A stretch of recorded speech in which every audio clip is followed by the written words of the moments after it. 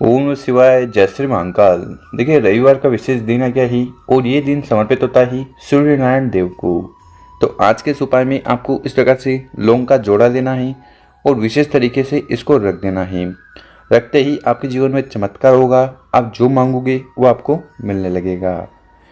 तो गुरुजी ने बहुत ही चमत्कारी उपाय बताया ही, कैसे करना है वो तो हम बताएंगे। उसके पहले इस वीडियो को लाइक कर दें, चैनल पर नए हो सब्सक्राइब कर दें, और कम से कम 3 लोगों के साथ व्हाट्सएप पर इस वीडियो को जरूर शेयर करें। तो आज के इस उपाय में हम आपको तो आज की इस वीडियो में हम आपको 3 उपाय बताने वाले हैं। जो उपाय आपको सर्वश्रेष्ठ लगे जरूर कर लीजिएगा। पहला जो उपाय है वो है परेशानियों के लिए। देखिए, अगर आपके जीवन में दुख है, परेशानियाँ हैं, समस्याएं हैं, बाधाएं हैं और वो समाप्त नहीं हो पा रही है, चाहे आपने कोई कर्ज लिया हो वो नहीं चुक पा रहा है, ठीक है, आपका कार्य मन में मतलब कोई कार्य है उसमें मन नहीं लग रहा है, आपके व्यापार में उन्नति नहीं हो पा रही है, कहने का मतलब है कुछ भी अटकलें जीवन में चल रही है ना, तो ये उपाय आपको जरूर कर लेना है। इस वाले उपाय के लिए जो सबसे पहले सामग्री चाहिए वो है लौंग। यानी कि आपको इस प्रकार से एक लौंग का जोड़ा लेना है। मतलब 2 लौंग ले लेना। और एक चीज़ का ध्यान रखना, ये जो 2 लौंग लो इसमें ये फूल जरूर होना चाहिए। इसी के साथ जो अगली सामग्री है वो है चंदन। कौन सा चंदन? तो आपको लाल चंदन लेना है। कितना? मात्र 1 चम्मच। इसी के साथ जो अगली सामग्री है वो है दीपक। तो इस प्रकार से आपको दीपक ले लेना है, ठीक है। जलाने के लिए आपको गोल बत्ती लेनी है और घी ले लेना। यहाँ पर आपका सवाल होगा, दीपक कौन सा? देखिए, गुरुजी कहते हैं आप मिट्टी का दीपक भी ले सकते हो और आटे का दीपक भी बना सकते हो।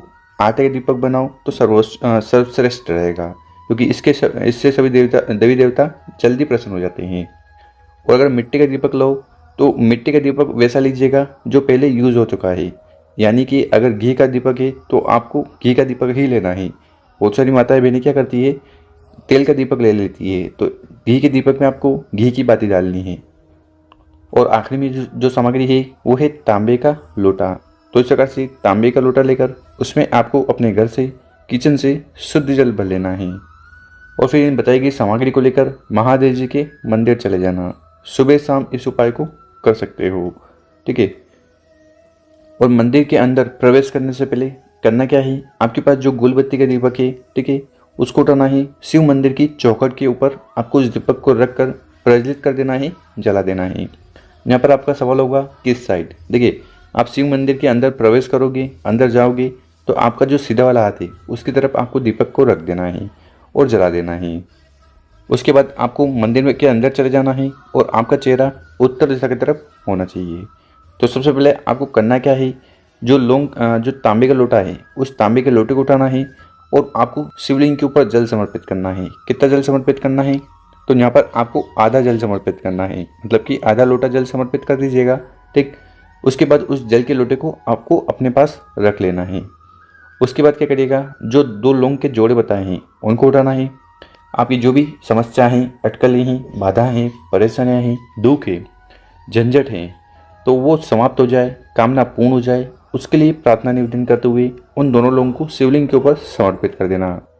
और वहाँ पर बैठकर भगवान भोलेनाथ से सारी समस्या समाप्त हो जाए उसके लिए प्रार्थना निवेदन कर लेना, ठीक है। इतना उपाय हो गया। उसके बाद जो 2 लोगों के जोड़े, मतलब कि 2 लोगों को आपने शिवलिंग के ऊपर समर्पित किया था ना, उनको उठा लेना है और उनको आपको उस जल के लोटे में डाल देना। ठीक इसी प्रकार से जो 1 चम्मच लाल चंदन है उसको भी आपको जल के लोटे में डाल देना है। तो इस प्रकार से आपको आधा जल का लोटा लाल चंदन और लौंग से तैयार कर लेना है। और फिर इस जल के लोटे को लेकर आपको चले जाना है बेलपत्र के पेड़ के नीचे, ठीक है। बेलपत्र के पेड़ के नीचे क्यों? देखिए, यहाँ पर माता पार्वती जी का वास होता है, भगवान भोलेनाथ और माता लक्ष्मी जी का वास होता है। तो आपको यहाँ पर चले जाना है, जल का लोटा उठाना है और यहाँ पर समर्पित कर देना है।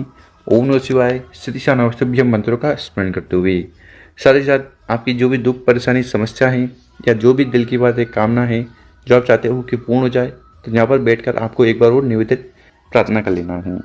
तो इस प्रकार से आपको ये विशेष पहला वाला उपाय जरूर करना है। अब जान लेते हैं गुरुजी द्वारा बताया गया दूसरा वाला उपाय। ये उपाय क्यों करना है? देखिए, अगर आपके जीवन में तेज की वृद्धि नहीं है, मतलब कि तेज की बढ़ोतरी नहीं हो पा रही है, जीवन में अंधकार चल रहे हैं, परेशानी चल रही है, ठीक है, तो फिर ये विशेष उपाय आपको जरूर कर लेना है गुड़ के टुकड़ों से। तो जैसा कि हमने बताया ही, सबसे पहले जो सामग्री आपको चाहिए वो है गुड़ के टुकड़े। तो इस प्रकार से आपको 1-2 गुड़ के टुकड़े ले लेने हैं। इसी के साथ जो अगली सामग्री है वो है चावल का दाना। मतलब कि आपको इस प्रकार से एक अक्षत का दाना लेना है और वो संपूर्ण होना चाहिए। साथ ही साथ जो अगली सामग्री है वो है हरा मूंग। तो इस प्रकार से आपको 1 दाना हरा मूंग का भी ले लेना है और ये भी पूरा हो।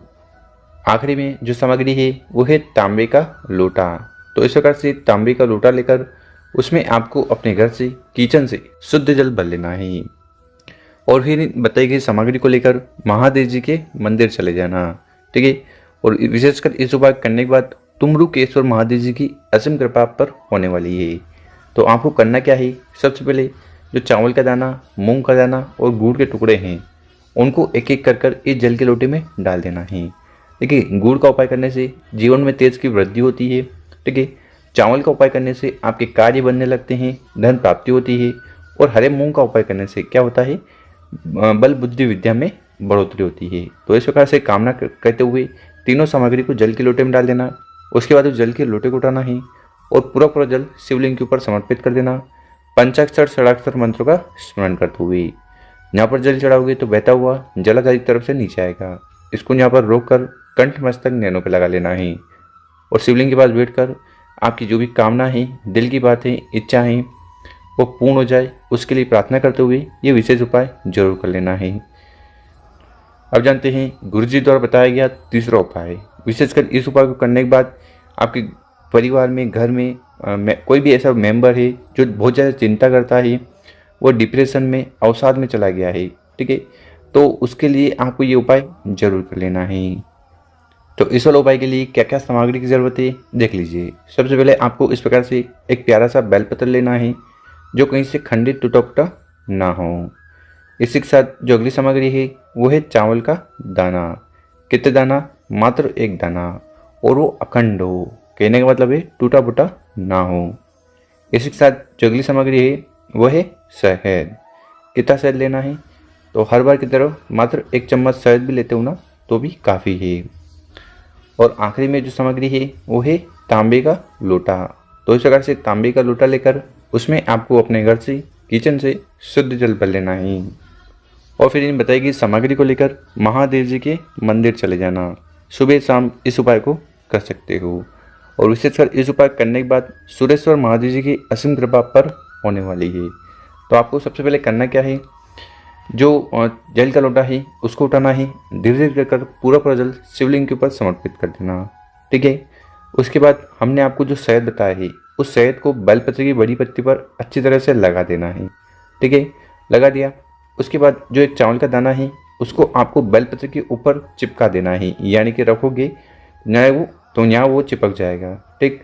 उसके बाद उस बेलपत्र को उठाना है और आपकी जो भी समस्या है, बच्चों को लेकर, परिवार के किसी मेंबर को लेकर, ठीक है, तो उसके लिए प्रार्थना निवेदन करते हुए उस बेलपत्र को शिवलिंग के ऊपर समर्पित कर देना।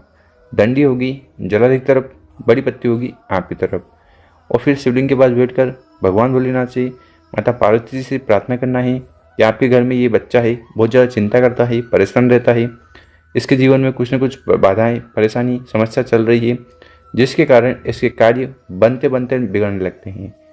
तो उसके लिए निवेदन प्रार्थना करते हुए तीसरा उपाय जरूर करिएगा। तो आज की इस वीडियो में हमने आपको 3 उपाय बताए हैं। जो उपाय आपको अच्छा लगे जरूर कर लेना। मेरे प्यारे दोस्तों, वीडियो अच्छी लगी हो 5 लोगों के साथ व्हाट्सएप पर शेयर करें। ओम नमः शिवाय, जय श्री महाकाल। मिलते हैं हम आपसे एक और नए वीडियो में।